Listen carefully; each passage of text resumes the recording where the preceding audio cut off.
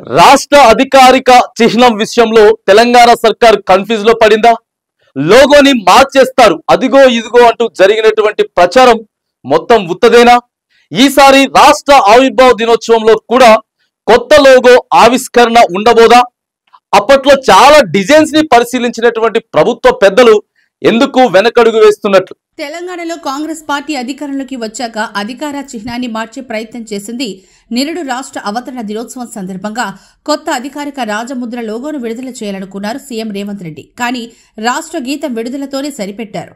సరే, అప్పటికి వాయిదా పడ్డ మరో రోజున కొత్త లోగో విడుదల చేయాలని భావించింది సర్కార్. కానీ ప్రతిపక్షాలు, ప్రజా సంఘాలతో పాటు వివిధ వర్గాల నుంచి వచ్చిన వ్యతిరేకతతో ప్రభుత్వం అధికార శిక్షణ మార్పు నిర్ణయంపై పునరాలోచనలో పడ్డట్టు తెలుస్తోంది. దీనిపై 200 వరకు సూచనలు రావడంతో మరిన్ని సంప్రదింపులు జరపాలని రాష్ట్ర ప్రభుత్వం నిర్ణయించినట్లు చెబుతున్నాయి.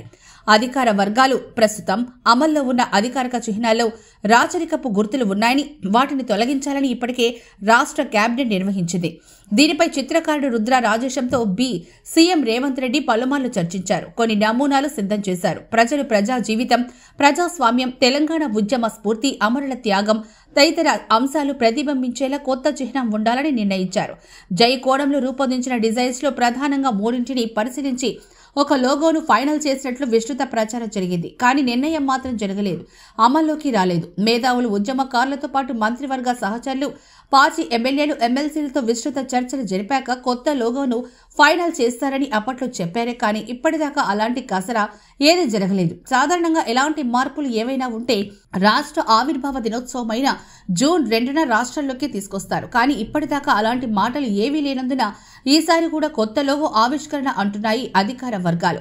రాష్ట్ర ఆవిర్భావం తర్వాత కేసీఆర్ సీఎం అయిన వెంటనే రాష్ట్ర అధికార చిహ్నాన్ని రూపొందించారు. మొత్తం 3 సార్లు మార్పులు చేసి ఎప్పుడు అమల్లో చిహ్నాన్ని అప్పట్లో ఫైనల్ చేశారు. అయితే ఈ చిహ్నంలో రాచరికపు పోకడలు ఉన్నాయని అభ్యంతరం వ్యక్తం చేసిన ముఖ్యమంత్రి రేవంత్ రెడ్డి కోసం ప్రయత్నించారు.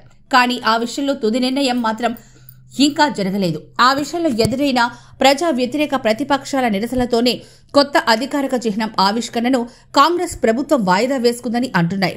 బీఆర్ఎస్, బీజేపీ విస్తృత సంప్రదింపులు లేకుండా, ప్రజాభిప్రాయాన్ని పట్టించుకోకుండా ఏకపక్షంగా అధికారిక చిహ్నాన్ని మార్చాలి అనుకోవడం అనాలోచిత చర్య అంటున్నాయి. ఆ 2 పార్టీలు రాజముద్ర నుంచి చార్మినార్ని తొలగించడం అంటే ప్రతి హైదరాబాద్ని అవమానించడమేనని, అలాగే కాకతీయ కళా తోరణాన్ని అందులోంచి తీసేయడం అంటే తెలంగాణ వారసత్వ సంపద సంస్కృతిని తక్కువ చేయడమేనని అంటున్నాయి ప్రతిపక్షాలు. కాకతీయ కళా తోరణాన్ని రాచరికపు చిహ్నంగా ఎలా చూస్తారు అన్నది వాళ్ళ ప్రశ్న. తేడా చేస్తే దీనిపై రాష్ట్ర వ్యాప్త ప్రజా ఉద్యమాన్ని చేపడతామని హెచ్చరిస్తున్నారు బీఆర్ఎస్ నాయకులు. ఇలా అన్ని వైపులా నుంచి కూడా ఒత్తిళ్లు ఉండడంతో రాష్ట్ర ప్రభుత్వం అధికారకు చేసిన మార్పు వ్యవహారాన్ని ప్రస్తుతానికి పక్కన పెట్టి ఉండొచ్చు అన్న అభిప్రాయం వ్యక్తమవుతోంది. ఆవిర్భావ దినోత్సవ వేడుకల్లో ముఖ్యమంత్రి రేవంత్ రెడ్డి రాజముద్ర ప్రస్తావన తీసుకొస్తారు, మరి లేదో చూడాలింకా.